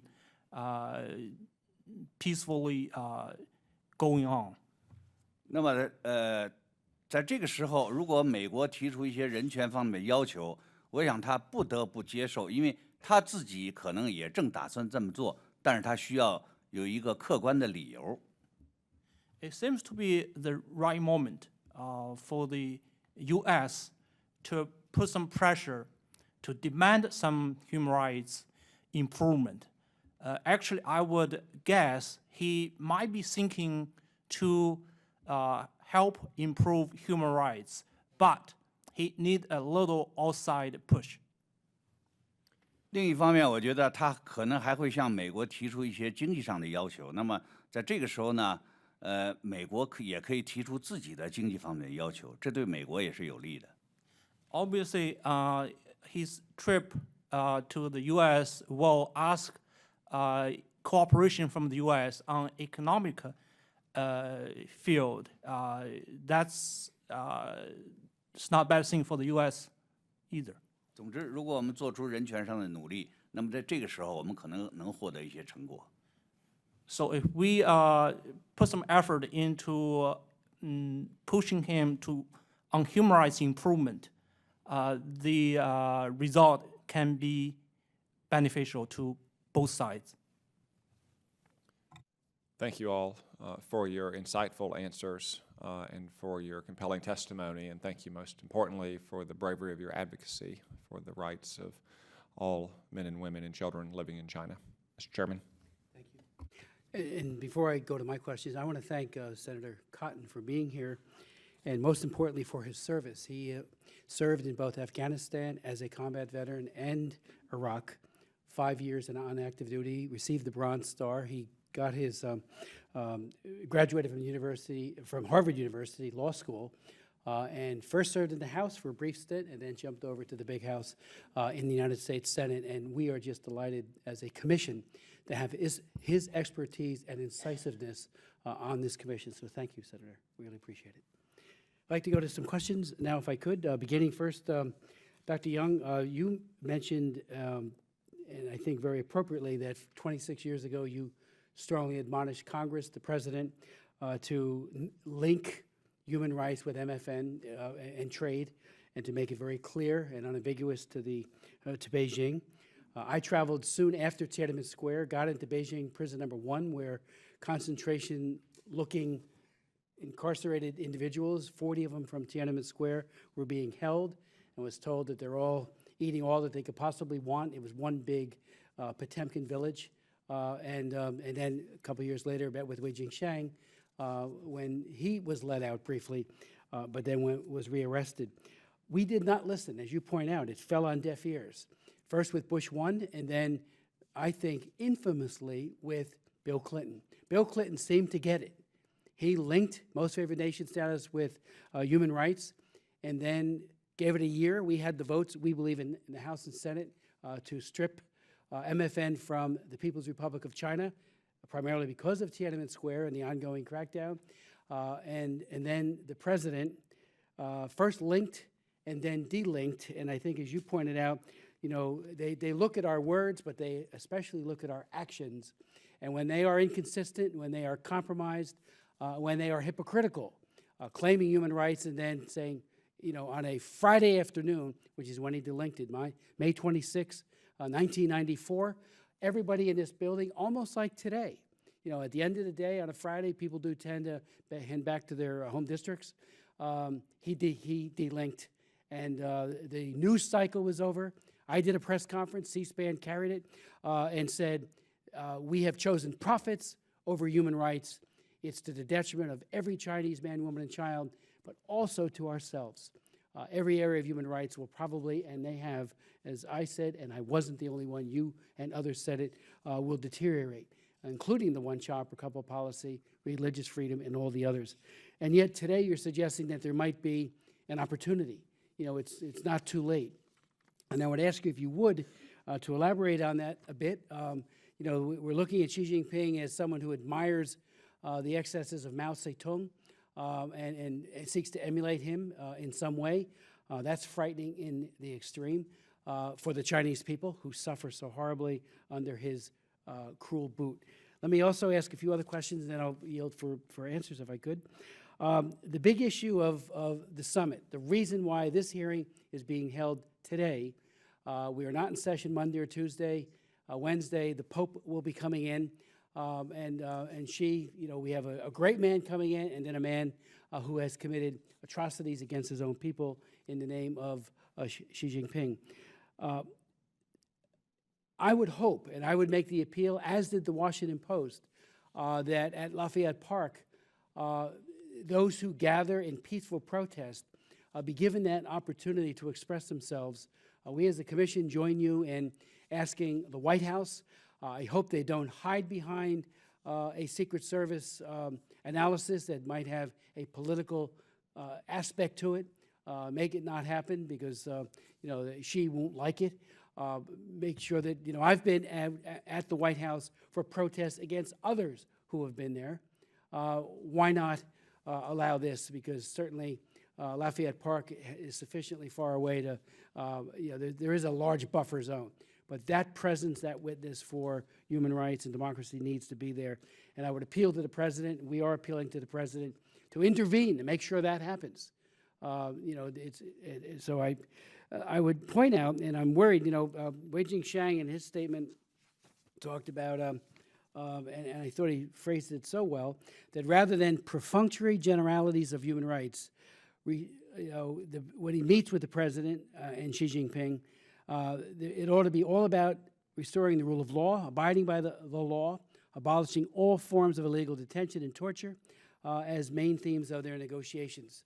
Well, we can hope, but I'm not holding my breath, and I think that's tragic, that the President of the United States, who's won the Nobel Peace Prize, doesn't, in bold but civil tone, promote the agenda of human rights with Xi Jinping. And publicly, the fact that Liu Xiaobo remains incarcerated, his wife suffering in the way she is, and thousands and thousands of other political and democracy activists and religious prisoners is an atrocity. You know, a Nobel Peace Prize winner and another one at the White House, he should at least raise Liu Xiaobo and many others. I would remind my colleagues and our witnesses, and this is a revelation into priorities, we had a hearing some years ago that we called the 5 Daughters. We had the 5 daughters, you all might remember it. It was a great hearing. 5 of the daughters of dissidents, including Gao Zhisheng, testified. And at the end of their testimony, they asked the President, we'd like to meet with you to talk about our dads. And one of the girls, young women, said, you're a father of 2 girls, 2 young daughters who you love dearly. He'll get it. He'll understand it. We tried for months to get a meeting with the President of the United States, not with me. I'll never get that, and that's the way it goes. But for these 5 daughters, 15 minutes. And we got word back that he didn't have the time. You know, if you say you don't have the time for something, you haven't stated a fact, you've stated a priority. And the priority was not to meet with these 5 extraordinary young women. So we make that appeal again, to meet with the 5 daughters, to meet with a group of dissidents, the people at this table, all of you, eyeball to eyeball with the President, to talk about what you know and have such profound information concerning the human rights situation, whether it be in the among the Uyghurs, the Falun Gong, all the different aspects that you've brought to this table today. So that is missed opportunity. Let me just ask Mr. Xiao. We had hearings about a decade ago, a little less than a decade ago, on Google, Microsoft, Cisco, and Yahoo, and their complicity in censorship and surveillance. You remember it quite well. You helped us with that back then. And I swore all of them in.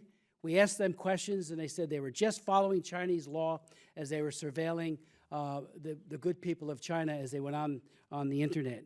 We know that Google is returning to China, and it has agreed to allow censorship. You know, they're right back into enabling a dictatorship. And they also will have to keep their user information in China, which allows, as we saw with Yahoo when they were there, and Shohret, the ability to round up the dissidents just by going to the databases. I thought Yahoo, which has left, did the right thing in Vietnam when they put those servers, those vaults of information outside the reach of the Vietnamese government, which also does that kind of misuse of names and internet and the like. So if you could speak to that issue of what's happening. I mean, we know Baidu is doing a lot, and others, you know, that have probably crowded out the Googles of this world, but they're going back now, Google Play, and that's very disturbing, in my opinion. And I'm worried about Facebook, you know, when they all start, you know, for the sake of making money, conforming to these aggressive, enhanced rules of surveillance. I think they're worse now than they were 7, 8, 9, 10 years ago. I think that's certain. That is some opening questions. I do have a few more. So if you could begin with those.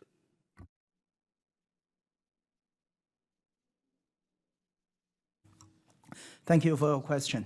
I remember the day President Clinton reversed the policy, dealing the human rights, the MFN issue with the human rights.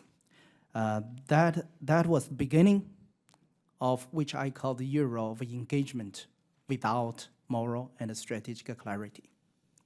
And I describe it as compartmentalization of US policy toward China, one against another. And people automatically, naturally will choose not to care for human rights which is difficult, because it is difficult. So, you know, the fact is, you know, everybody try not to touch this issue when they come to have a meeting with Chinese leaders, engage with China. So that's how the disaster began. I think it's never too late to correct this mistake. And now I think it's time to end the era of engagement with China without moral and strategic clarity. And it began the era of engagement with moral and strategic clarity. First of all, we must have an integration of a policy toward China. Everything have to come together. Engage with China, whoever do it, whichever government organization, department engaged with China must take care of human rights. So this is the first thing we must call for. And I remember Senator Rubio issued a statement on 26th anniversary of Tiananmen massacre. He said clearly, he is support integration of US policy toward China. You cannot pit human rights against other policy issues. And I fully agree with that. And now in my opening remarks, I called for a China Democracy Act, which is a law. Law clearly states that it is in this country's interest to advance human rights and democracy in China. Chinese government has tried very hard to discredit people like us, the Chinese democracy movement, with the claim of American policy to provide a secret assistance to us. I wish, but there's no such thing. So why such a thing is important? because it usually takes 4 things to be present at the same time for a transition to take place in an autocratic society. One is robust general discontent with the regime, which is now lacking in China. According to the report today, you can see it very clearly. Another thing is cracks in the top leadership. It's going to happen. It's happening. So I don't want to talk about now. The third thing is viable democracy movement, viable opposition movement, which we try very hard to build up. And if U.S. and strong democracies like U.S. have such a policy to help us build a viable democracy movement, that is vitally important. The fourth thing is international recognition of the moment of transition. In 26 years ago, we have all the 3, but not the international recognition. The moment has come, so we lost the opportunity. So I think it's very important, and Obama administration has sent too many wrong messages to the dictator in China. This time again, it's very alarming. And I'm one of the organizers of 25th rally in Lafayette Park. In 2 meetings with the Park Service, they couldn't confirm with us whether we will be able to use the park to have our rally. And I have organized in past years many rallies in the very place. There's no restriction whatsoever, but this time it's different. And I don't know how long we have to wait to get a confirmation. Either way. But this is the wrong message again. It is not a small matter. It's a terrible message. And that means Obama can, for the sake of Xi Jinping's face or whatever, he can even do the things like restricting the freedom of expression in this country. That's a wrong message. So it is unacceptable, actually, if Xi Jinping returns to China without having received a clear message from President Obama or from Congress or from the people of this country that he cannot have a full trust of this government, of the people of the United States, if he continues to mistreat his own people. Thank you.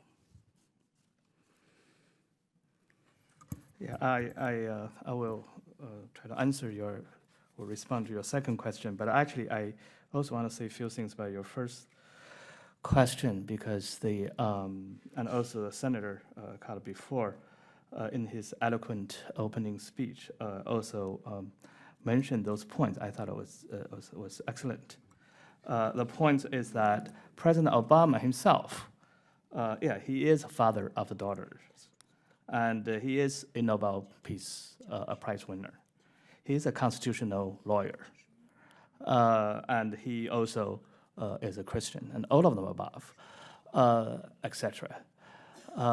If anyone, that should be him, that to have the more feel empathetic and feel the gross violations under the Xi Jinping administration, and with all these concrete examples right in front of him. So I really hope that personal message can be driven to him and can be reflected in his personal meeting at Xi Jinping's state visit. The second point is about the technology companies, the U.S. technology companies, Google and Yahoo and Microsoft. Right? Google in particular, because it generates lots of attention that when they withdraw from China and now thinking about returning to Chinese market. I do believe it is out of the reason of making money as a company. That's a commercial decision because, as I mentioned in my testimony, Chinese internet users has been growing so large for commercial companies that hard to ignore that of the market potential. However, the particular information and communication technologies for companies like Google is not just a commercial technology. It has implications in human rights and freedom of expression, and or the other way that it can enable the dictators, the repressive regimes, to violating further the human rights of their own people. Therefore, for those technology companies, there's a lot more at stake with the human rights. I was, as Congressman Smith mentioned, that at the hearing of when those executives of the companies were making decisions to go to China and relating to human rights. And I remembered Congressman's words at that time that to asking them powerful questions, thinking about the human dignity, the human rights, and relation with money-making. I remember how uncomfortable those executives was in their seat, right, sitting next to me. Yes, this has been 10 years or so, and history will continue. Its CEO of Google himself last year wrote an article that saying the censorship internet censorship eventually will be obsolete. And that, actually, he didn't say eventually, he said in 10 years, because he believed technology will surpass that. Coming from CEO of the Google, I believe he said that with some kind of confidence and understanding of how the technology turns. However, they are returning to China, becoming part of a group of American leading technology companies dealing with the Chinese regime, also telling us that they are looking at the short-term the benefit, commercial benefit, much over the longer obligations and trend. So let me finish in this way. Maybe the business concern their bottom line, but it's up to the government, it's up to the people to holding the basic moral principle of human dignity and freedom. The American Congress passing the Internet Freedom Act and those kind of laws and legal instrument can help us to protect the human rights through those technology transfers and exchanges and trade, and curb the potential damage of the human rights violation if those American companies engaging the business inside of China. So I believe that kind of action from the government, from the Congress, is absolutely essential and critical. As you know, we have introduced the Global Online Freedom Act, but it has run into an enormous amount of opposition. But we will continue fighting for it, and I think I thank you for that. I'd like to ask Mr. Hoshur, if I could. Has the situation changed for the Uyghurs in China since Xi Jinping came to power, and if so, how?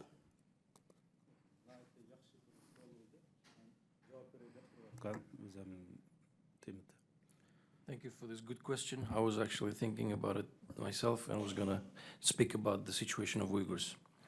Демекчи, Ши Цзиньпиннің хакимиятini тапшыруға вақты, біздің ватанда, яғни Шарқ Түркістанда вакаланың күчейіп атқан жиддилешке вақты тоғры келді. Since Xi Jinping came to power, the situation in the region has been worsening with the number of violent events taking place. Aslında Uyg'urlar endi har qitimliq bir yangi bir hokimiyat almışıdan, yangi bir başlıqdan kelişidan ümit kütüp turib atkan. Xi Jinping davri kelgan chaqda cho'qim bir yangilik bo'ldi degan bir umid bor, kutish bor. Each time with the change of power in China, Uyghur people are very hopeful for positive changes. Ama Xi Jinping kelgandan buyon hozir qadar masalan birinchi bizning bildig'imiz parxo'rlik qarshi siyosati ko'zga ko'rindi. Ama bu Uyg'urlarni bevosita ilgilendirdigan, bevosita Uyg'urlarga munosabatli masala emas. Uyg'urlarning eng arzu qilayotgani uyada qattiq qo'l siyosatining bostirishni to'xtalishi. Şoň bu ýerda qattiq qo'l siýasatyny to'xtatyş hakynda uning oldidagidan farkly bir hech qanday çakyryk, hech qanday bir teşebbüs ýok. But unfortunately, the Uyghurs in the region, they haven't seen any positive changes, and they instead they see the very harsh crackdowns on the activities. Qarxurlyk asaslyk mesele emas, bizning Uygurlarga nisbeten qattiq bastırış. In particular, they were talking about corruption, Asaslyk mesele emas. but the corruption is not the main concern for Uyghur people. Qattiq bastırış asaslyk mesele. The main reason, the main concern is the hard oppression of the people. Ama hazır kadar hiç qanday şu ýerde ýürgizip atkan ölüm jazalaryny toxtatyş, onaki naq maýdanda etip itiş degендek bir qatar bastırış siýasatlary hazır kadar dowam kılıp atydy. Bu endi weziyetni keskinleştirip atkan bir mesele. What is the other very important issues is the execution of prisoners and the sentencing of the political prisoners and Naq maýdanda etip itişini executing the people, the protesters, extrajudicial killings. Endi hazır meniň kyryndaşlarymyň hazır tutup duruluşy, hazır meşe ahwaldy kılışy, Xi Jinping'in meşe siýasatyda hiç qanday bir özgürüş bolmaganlygy hatda keskinleşip atganlygynyň bir akıbeti. Yeah, and even with the example of my brothers being currently held, and this is all reflecting the Xi Jinping's policies and harshness of it.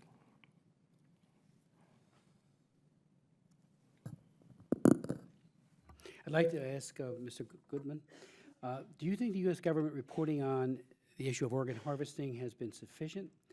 Have you found receptivity to your research at the U.S. Department of State? And what would be your recommendations to the U.S. government and Congress on how to combat the problem of organ tourism?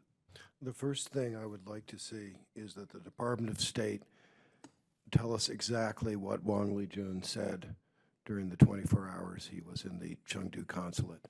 I think everybody knows that something went on and that he talked about organ harvesting. There can't be any real question that he did speak about organ harvesting. But we don't really know what was said. Now, my theory, and I think it's the theory, sort of an operating theory within Washington, really, is that he basically said, yes, we've been doing this for some time and so forth, that he basically did some sort of confession. If that's not true, the State Department should tell us. This is really important information. This is critical. The rest of that question, in a sense, is just typical bureaucratic inertia in Washington. I mean, okay, I understand that. You know, if I can go to this sort of, to take the question to right now, sort of following on what Wei Jingsheng was saying about this is the time, whether they're financially on the ropes, this is the time to push on human rights. And I have mixed feelings about this. And one of the interesting things about being an outsider is that I can kind of observe what's going on within the Falun Gong community and sort of see the debates that goes on in that community. And one of the things that happen, you have two views right now about Xi and his leadership. And one is that it's kind of the hope springs eternal side, which is, you know, Xi has possibilities, Bo Xi lies in jail, Zhou Yankang's gone, Jiang Zemin, they're doing lawsuits in Jiang Zemin, the whole dead hand faction is being attacked. And this is, they see all kinds of possibilities in this. And the feeling is that if the U.S. government would just push, then really we could get some answers to this. There is another view, which I think is more aligned with this report that I was showing you, which is Xi is expanding organ harvesting, and that's the facts on the ground seem to bear that out. Now, then there's a kind of a synthesis view, which I subscribe to, which is, look, it's not the crime, it's the cover-up. It's always the problem, yes? And so in this case, we do have a cover-up going on, and that can be more lethal, in fact. I mean, if you think about it in sort of extreme terms, concentration camps about to be overrun by Allied soldiers, they kill everybody, and they burn the place down. So this, for people in the Laogai system, this is actually a very dangerous time, and that obviously includes Uyghurs. We've seen this on the Uyghur community on a vast scale, and we've seen the level of enforced disappearances of the Uyghur community go up. It's another exponential curve. My view is a little different than both of those, or even the synthesis, which is it's a very pessimistic view. This is a structural problem within the Chinese Communist Party. They will keep repeating these kinds of things, and it is not the crime but the cover-up, and so it doesn't matter really who's in power because they're always dealing with the last cover-up.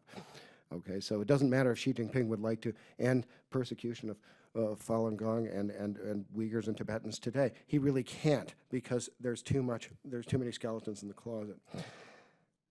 And in that case, if that's true, then maybe the answer for Washington is what I'm proposing is the best we can do, maybe, is at least limit our own moral decay in these areas.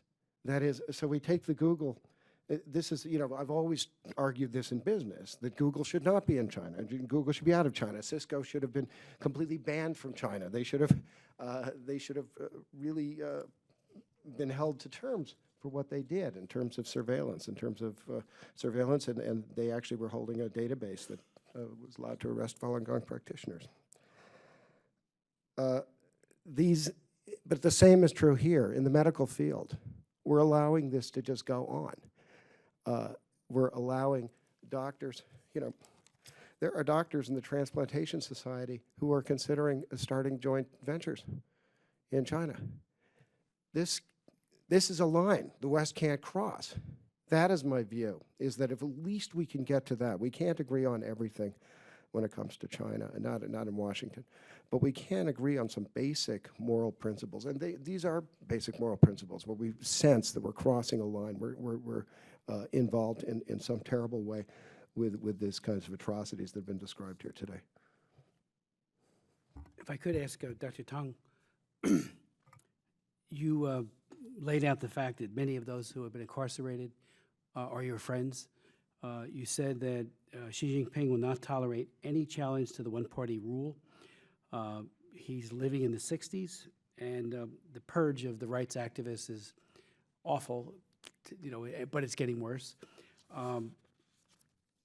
Has the U.S. government really weighed in on this, from State Department, U.S. Ambassador in Beijing, the Assistant Secretary for Asian Affairs, and of course the President and Vice President? Have they spoken out in a way that has been heard by Beijing that this matters to us? I have always believed that human rights defenders, if they are eviscerated by a dictatorship, where do people go? I mean, there's religious people who fill in that gap, in that role, but the defenders are using the rule of law to their best of their ability. I remember in the Soviet Union, the Helsinki Final Act activists were raising, you know, international law, particularly the Helsinki Final Act, from Václav Havel, who set up the, and I was in the Czechoslovakia and met with people who were part of Charter 77. They took, a lot of them were lawyers. Some were clergy, priests, some were lawyers. I was even in a prison camp, Beijing prison number, I was there too, but Perm Camp 35. And it was a man named Mikhail Kozhakov, who was a Helsinki human rights lawyer. And it made the Soviet officials, you know, they didn't know how to deal with him. He was citing chapter and verse, and so human rights defenders are really a first, second, and third line of defense. And when they're being purged systematically, there has to be an absolute robust counter push on the part of democracies, including and especially the United States. Are we doing that as a country? Is Obama doing it? State Department?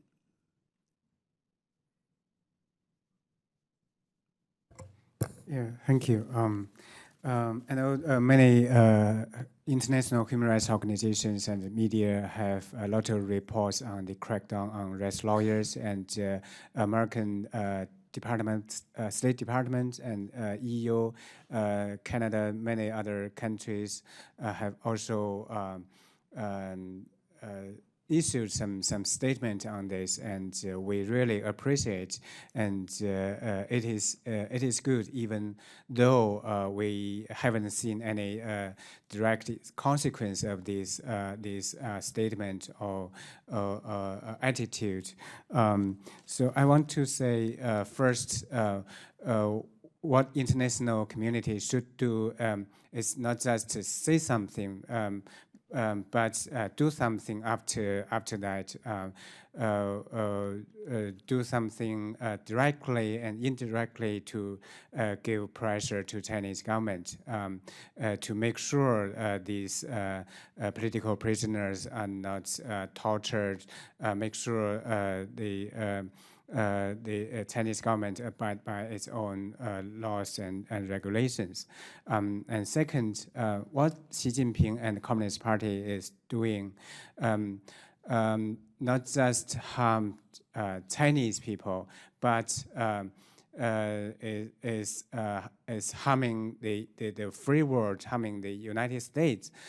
For example, the Yahoo, Google, what they have been doing, maybe violating the freedom of expression, and like in California and other areas, Chinese dissidents were attacked by the Chinese government-hired hooligans, and the Confucian Institutes and the Federation of Chinese Scholars and Students have done a lot to influence the academic freedom negatively, and so many things that the Communist Party try their best to sell its value to the world. So United States really should do something to protect its own freedom, and thus Obama or the government or the Congress should not keep silent when meeting Xi Jinping. Anyone who would like to answer, if there is, do you perceive a link? First of all, we invited you here because you are world-renowned, world-class human rights activists. People who have, by your work, by your study, by your academic endeavors, have made a huge difference. So when you speak, this commission, and by extension the Congress, hears you. Is there a link between human rights abuse, the deteriorating situation with regards to democracy, the crackdown on the human rights defenders, and the growing animosity of China towards its neighbors, including the United States, but especially Japan and other countries that are in proximity to it, the work or the expansionism we see going on in the South China Sea, the linkages with North Korea, especially with Iran, which is on a tear to get a nuclear weapon, and under President Obama's agreement, I think it's inevitable that they will get a nuclear weapon. It's a matter of when and not if. It was not a poorly, or not a well honed, this is not the discussion for here and now. We've had numerous hearings on that. But they're in league with rogue nations everywhere and teaching a bad governance model, but especially in the region, the threat of war by either miscalculation or by design. Your thoughts on that as human rights continually race to the bottom, like I said in the beginning, with North Korea. And if you could add to your answers, you know, it's outrageous that Xi Jinping will be at the United Nations on September 27th speaking about gender equality and equal rights for women, when in China, the Chinese women and girls are discriminated against like no other group of people in the world. I have been working and combating the one-child per couple policy since I first learned about it in my second term in 1983, and offered numerous amendments to defund those organizations that aid and abet these atrocities against women. I've had, this is the 55th hearing that I've chaired on human rights abuse in China. We've had exclusive hearings just focused on the one-child per couple policy, heard from women who were forcibly aborted. As you all know, China today has more suicides of women than any other country in the world, and the CDC, the Centers for Disease Control in Beijing, estimates 600 women per day, not week or month, per day, commit suicide. Well, when a member of the People's Congress was here visiting, I raised those issues with her, and she went right into denial mode and ended the meeting. It was a meeting of the Foreign Affairs Committee, of which I'm a member, and said, we can't prove this. So I went and got the documentation and put it in her hands, and that was the end of that meeting. Her name was Fu, and she was very, very upset. I said, you are waging war against your own women. Now, the consequences from a human rights point of view, from the breakup of the family, and the military consequences of having more men, and who knows what the number is, tens of millions of more men than women, 40 to 50 million men will never marry between now and 2020 because of the extermination of the girl child while in the womb through coercive population control and abortion. You're only allowed one. There's a boy preference, and you know, all of you know that.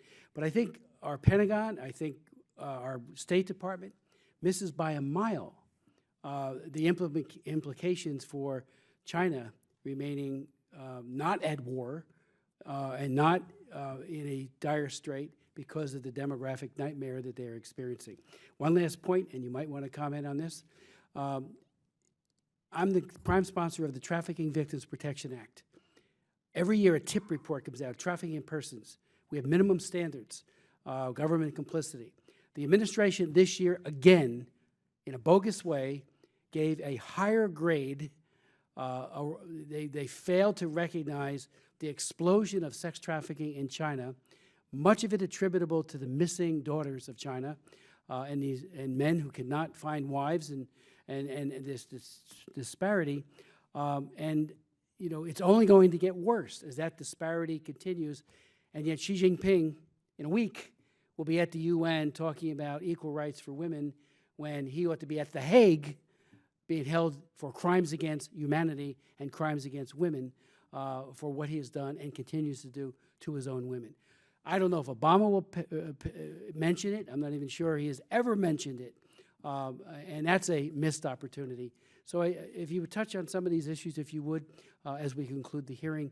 But I think, you know, Wei Jingsheng, when I first met with him, he talked about the security issues and how we so misunderstand the intentions of the dictatorship, not the Chinese people, but the dictatorship and the animosities that have festered for years that go back to the Opium Wars, certainly Japan during their horrible atrocities committed against the Chinese people in World War II.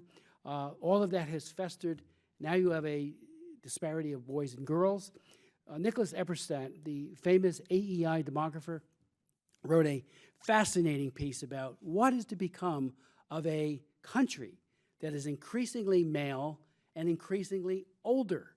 You know, the economy, how does that continue when you have too few people supporting an elderly population and they all happen to be disproportionately guys? So if you could, any comments you might want on that, and anything else you would like to say before we conclude the hearing. Yes. I have just a very brief point, which I think illustrates what you're getting at in terms of the global effect. This is very direct. We know that Chinese surgeons went down to Vietnam. It's not clear who the invitation came from or whether they invited themselves, but they have trained several Vietnamese hospitals in organ harvesting, basically. And they have opened up a transplant. They have opened up a transplant industry in Vietnam that did not exist before. Now, a couple of months ago, we learned that ISIL has been harvesting organs of their political prisoner victims. This is, it's bona fide, it's true. This is just simply evil unchecked, evil not remarked on, it will spread. And that's exactly what we're seeing in that case.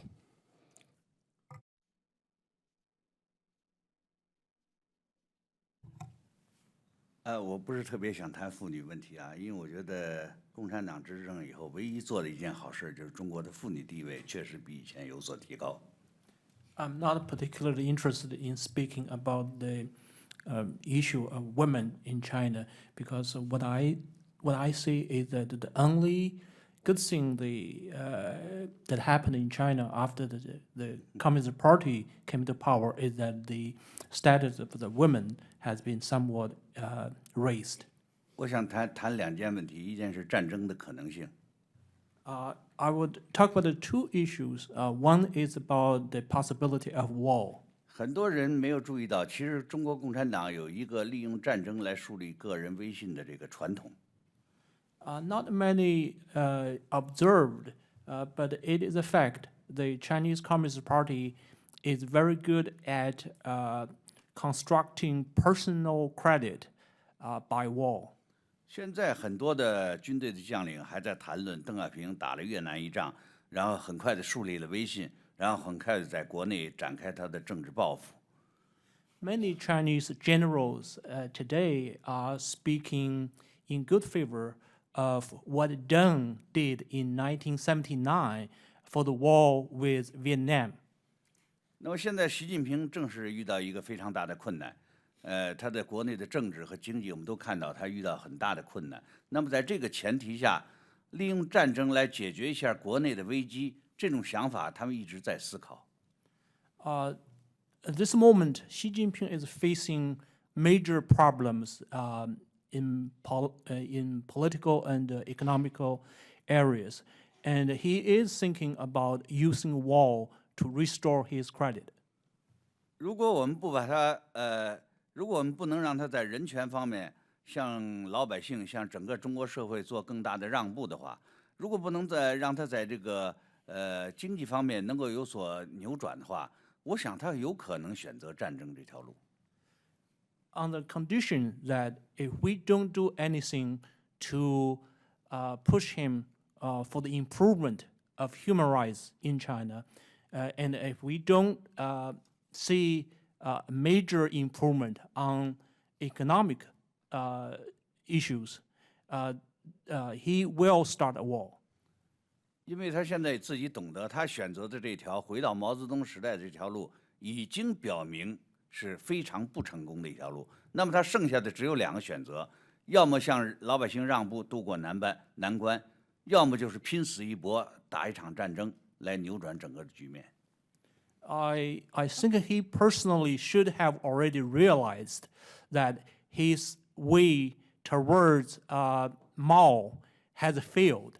And now he has only two choices, whether he will yield more rights to the people or start another war. 所以我们应该提醒奥巴马总统，他的任期不长了，他要想青史留名的话，最好是强迫习近平在人权方面做比较大的让步。 So I would personally think Mr. Obama, if he wants left some historical mark, the best thing he should do is to push Xi Jinping to improve human rights. 其实习近平本人不是没有考虑这个选项，他肯定也想这么做，但是他会在党内遇到很大的阻力，所以他需要有外力推动他这样做。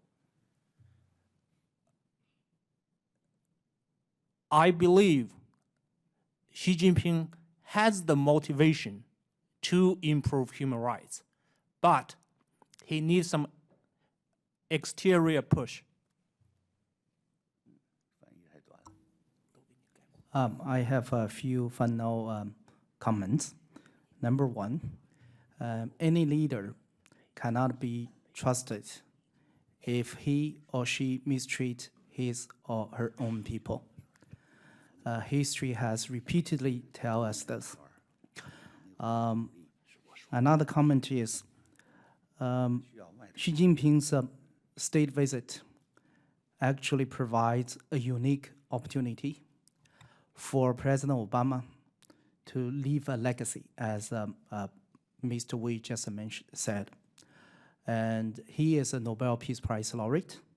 He must remember there's another one. As we speak, is language in Chinese prison. And when we talk about women, and his wife, Liu Xia, has been under house arrest for almost 5 years, ever since announcement was made, her husband won the Nobel Peace Prize. So this is another woman who has been persecuted. It's just another example. And I think important issue still remains how you match your words with deeds. Lip service does not, do much. And the Chinese leaders, the Chinese, understand the game. When you just provide lip service, they don't take it seriously. And very likely, after Xi Jinping leaves, return to China, President Obama, White House will issue a statement saying, oh, human rights issue was raised during the meeting. We expressed our concern. Who knows? Who knows? Now we want President Obama to do is openly commit himself. We want him to openly do the things that he should do so that people can hold him accountable. It is time to bring diplomacy from dark to light. Thank you.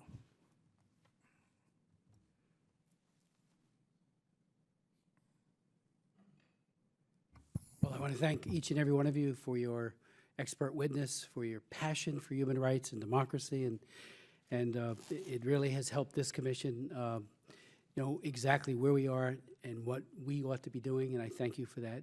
Did you want to make a final comment? No? Okay, then without objection, a statement by co-chair Senator Rubio will be made a part of the record, his opening comments, so ordered. And again, I want to thank you again for being here today. This hearing is adjourned.